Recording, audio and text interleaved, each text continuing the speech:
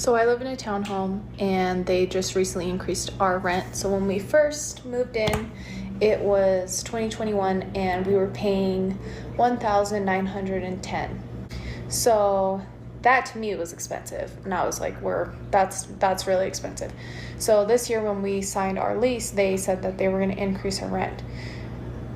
And then to find out when they did increase it, it was actually $300. So the increase was $300. So now with that increase of $300, I just don't understand how people can do this. So I don't understand how they expect people to live, because between me and my husband, we make enough that we should be able to live comfortably, but this is just absolutely ridiculous, and I don't understand how people who are living off of minimum wage, which is literally $15 now, how are you guys surviving? How are you guys buying groceries? How are you guys having children? How are you guys paying for your car payments? I just don't understand, like, how much longer is it going to be before people are literally just homeless? Welcome to 2025, where it is harder than ever to survive. What up, y'all? Jake here, and today I am reacting to people who are upset about their rent being raised. And let's face it, in 2025, people are being priced out of their homes. People who have a job, have been paying their bills, are getting to the point where the rent is increasing out of control and they can no longer afford to live in their current home, which is causing people to have to downsize, causing people to have to move in with friends or family, move back home with their parents, or worse, move into your car, or worse, become homeless. So today we are going to be looking at all the different stages people go through when their rent gets raised to the point where they can't afford it anymore. And I'm going to be showing you instances of people who are hardworking. They claim they make a decent wage and they still aren't living comfortably, still being priced out of their homes. Listen to this next girl. Her rent is astronomical for just a 2-bedroom home. Check this out. So I got a letter from my apartment complex to Miss Rachel Peterson Connolly. I'm not gonna read the whole thing, but basically if Ty and I choose to renew our lease in August, it's gonna cost us $4,008 a month. We live in a 2-bed, 2-bath in South Denver. Just so you don't think I'm making it up, we would be paying almost as much as my parents do for a 7-bedroom, 11-acre house. Colorado, y'all are on some crack cocaine. So in this case, if the landlord raises the rent to a point where a family can't afford that price anymore, then your options are downsize to something smaller or go to a worse neighborhood, a cheaper part of the state or cheaper part of the country. And that, of course, means you have to move to an area that might have more crime. It might be further away from your job. It might just be a terrible place to live. So this is what it looks like for a typical working family to get priced out of their home. So this next girl, she's going to break down all the numbers for you. She's going to do the math so that you don't have to. Check this out. It's going to blow your mind. What I'm about to show you is absolutely crazy. So just indulge me for a second. I'm going to draw you a picture, okay? I live in Philadelphia, Pennsylvania. The minimum wage here is $7.25 an hour. So when I first heard her say that the minimum wage in Philadelphia is $7.25 an hour, I thought for sure that she was mistaken. So I looked it up, and sure enough, minimum wage in Philadelphia is $7.25. Back when I was 17 years old, and I'm 41 now, so back in the year 2000, I was working at Blockbuster Video, and I was getting paid $6.75 an hour, which was the minimum wage in Georgia back then. So in the year 2000, I was getting paid $6.75, and here it is, the year 2025, and the minimum wage in Philadelphia is $7.25, only 50 cents more than what I was making when I was a teenager working at Blockbuster Video.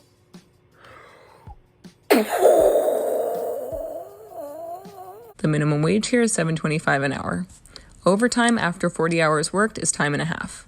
That equals out to $10.88 an hour after 40 hours worked.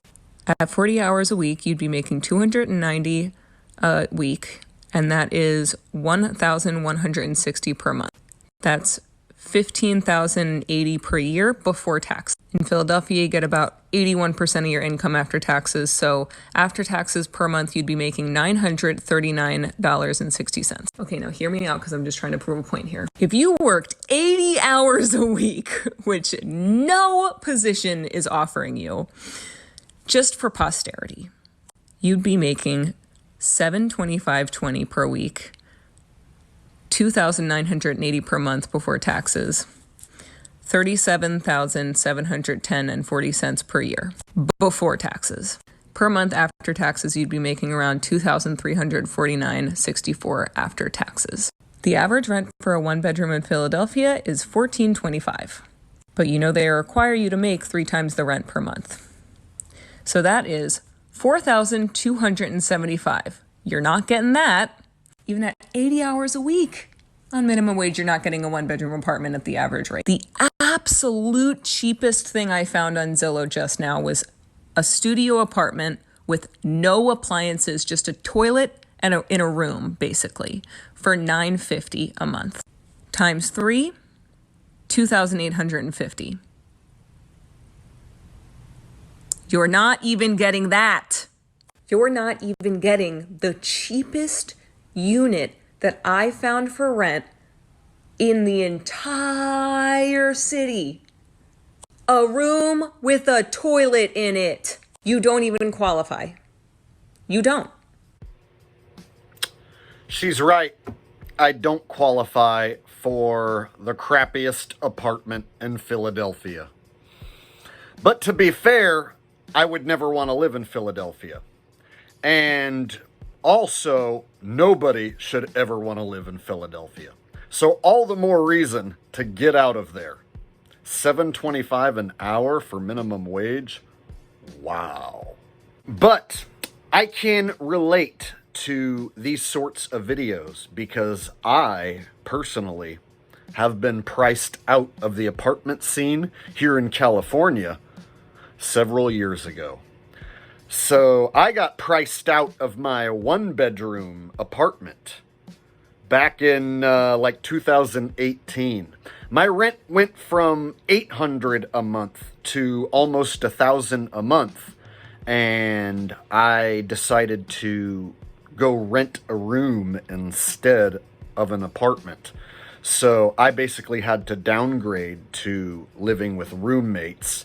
And I eventually was able to find a commercial unit, and I lived out of a commercial building. It was basically like similar to a studio apartment, except there's no shower. And lived there for a while, and the owner of the building actually let me live there for a while, and he knew that I lived there. So in 2025, you got to do what you got to do to survive. So if you are priced out of your apartment, then the next place you go is you either move in with friends, family, your parents, or you start renting a room from somebody. And in my case, I rented a commercial unit for a couple of years. And then when I got priced out of that commercial unit, I ended up renting a room in a house and doing the roommate situation.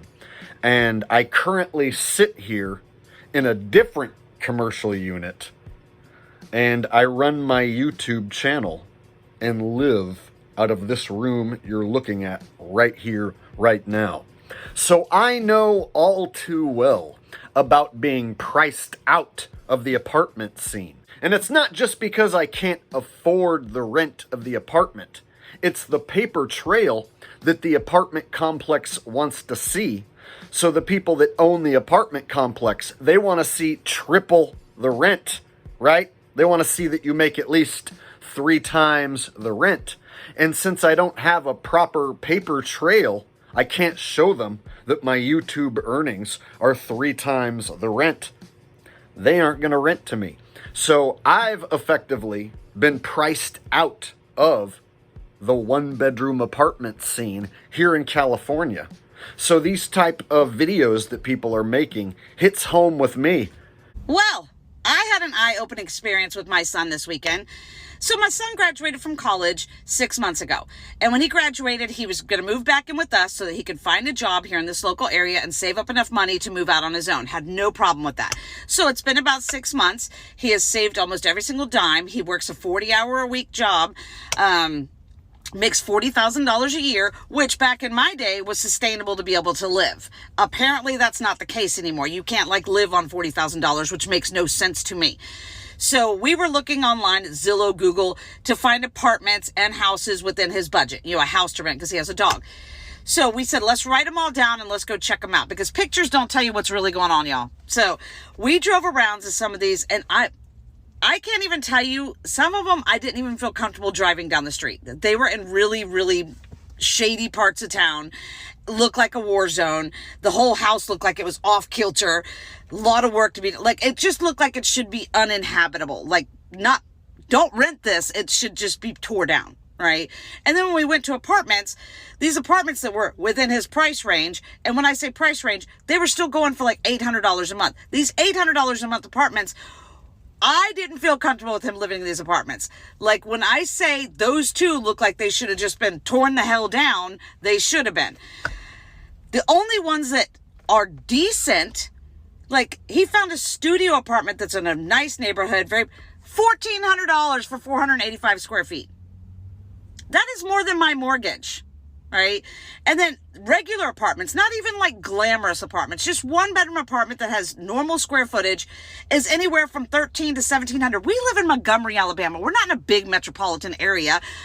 I don't understand how the housing market has gotten so donkey. Dang, $1,400 for a studio apartment in Alabama? You would think that would be one of the cheaper states, right? And she was saying that there were $800 a month apartments available, but they looked like they should be knocked down. They were probably dilapidated and terrible, right? Those type of apartments are probably infested with roaches and God knows what else. So yeah, like I was saying earlier in the video, when you get priced out of your apartment, you got to go live in a worse area, or you got to rent a room from somebody and downgrade altogether. Now, the next thing that you can do is move into your vehicle. And more people in 2025 are doing just that. You're hearing more stories about people doing van life, except they don't have a van. So they're doing live in your Toyota Prius life. So more and more people are doing the live in your vehicle thing. And there's a lot less stigma around living in your vehicle, because people are getting priced out of their homes right and left. So yeah, living in your vehicle is no longer a thing that people are looking down on so much anymore. It's becoming a freaking necessity. So I personally have lived out of a vehicle before, but I did it by choice. I was renting a room, and then I decided after watching a bunch of van life videos that I actually wanted to try van life. So I bought a big Ford white van and put all my stuff into it, and I actually lived out of a van for a year. And I decided that living out of a van wasn't for me, and that I wanted to rent a room again so that I have a place to put my stuff. I have a home base to return to. So I really enjoy taking trips with the van and going places in the van and camping out of the van. But I realized living out of the van and living the lifestyle where you're always in your vehicle and having to live out of the vehicle full time, I realized it wasn't for me, and I actually prefer to rent a room and go on trips with my vehicle rather than live out of the vehicle. I have been homeless for over 100 days. I live here in this Prius, which is a rental car, and I work more than full time. I work more than 50 hours every week, and I can't qualify for an apartment in most states in America today. And, you know, I put out a couple videos recently about this, and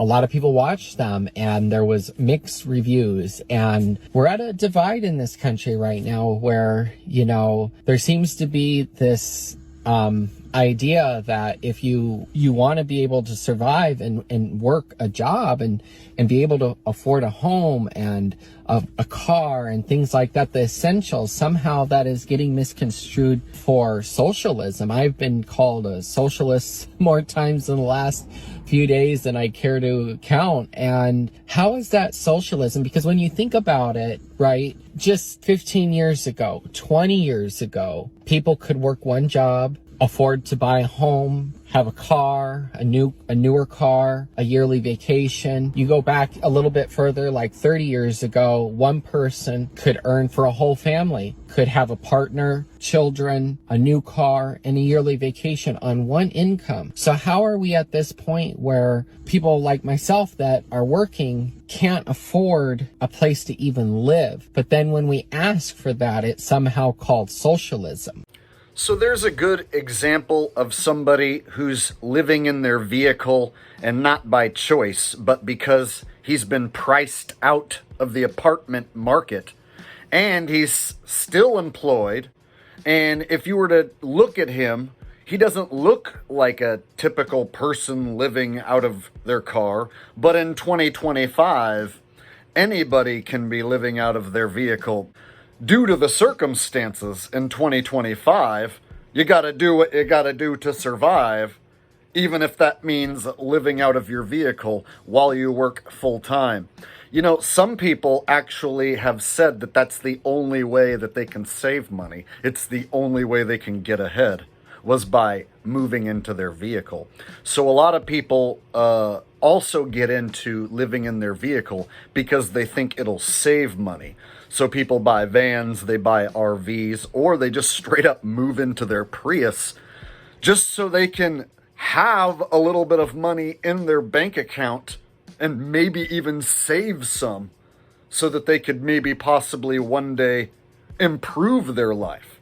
But that guy was claiming that he works and lives in his car and still doesn't have enough money. So, like I said, these sort of videos hit home for me because I have lived out of a vehicle. I have been priced out of the apartment situation where I live. So I felt it was necessary for me to make this video. And I hope you guys enjoyed it. If you did enjoy this video, please do me a favor and hit the like button and possibly share this video on social media. I'm giving this new form of content a try, and it will depend on whether you guys like it or not, whether I continue doing this. So let me know in the comments section down below if you enjoyed this and if you'd like to see me continue this sort of content. And give me some ideas to some other videos you would like me to react to, some other forms of content you'd like to see me react to. And I will catch all of you guys in the next video. Peace.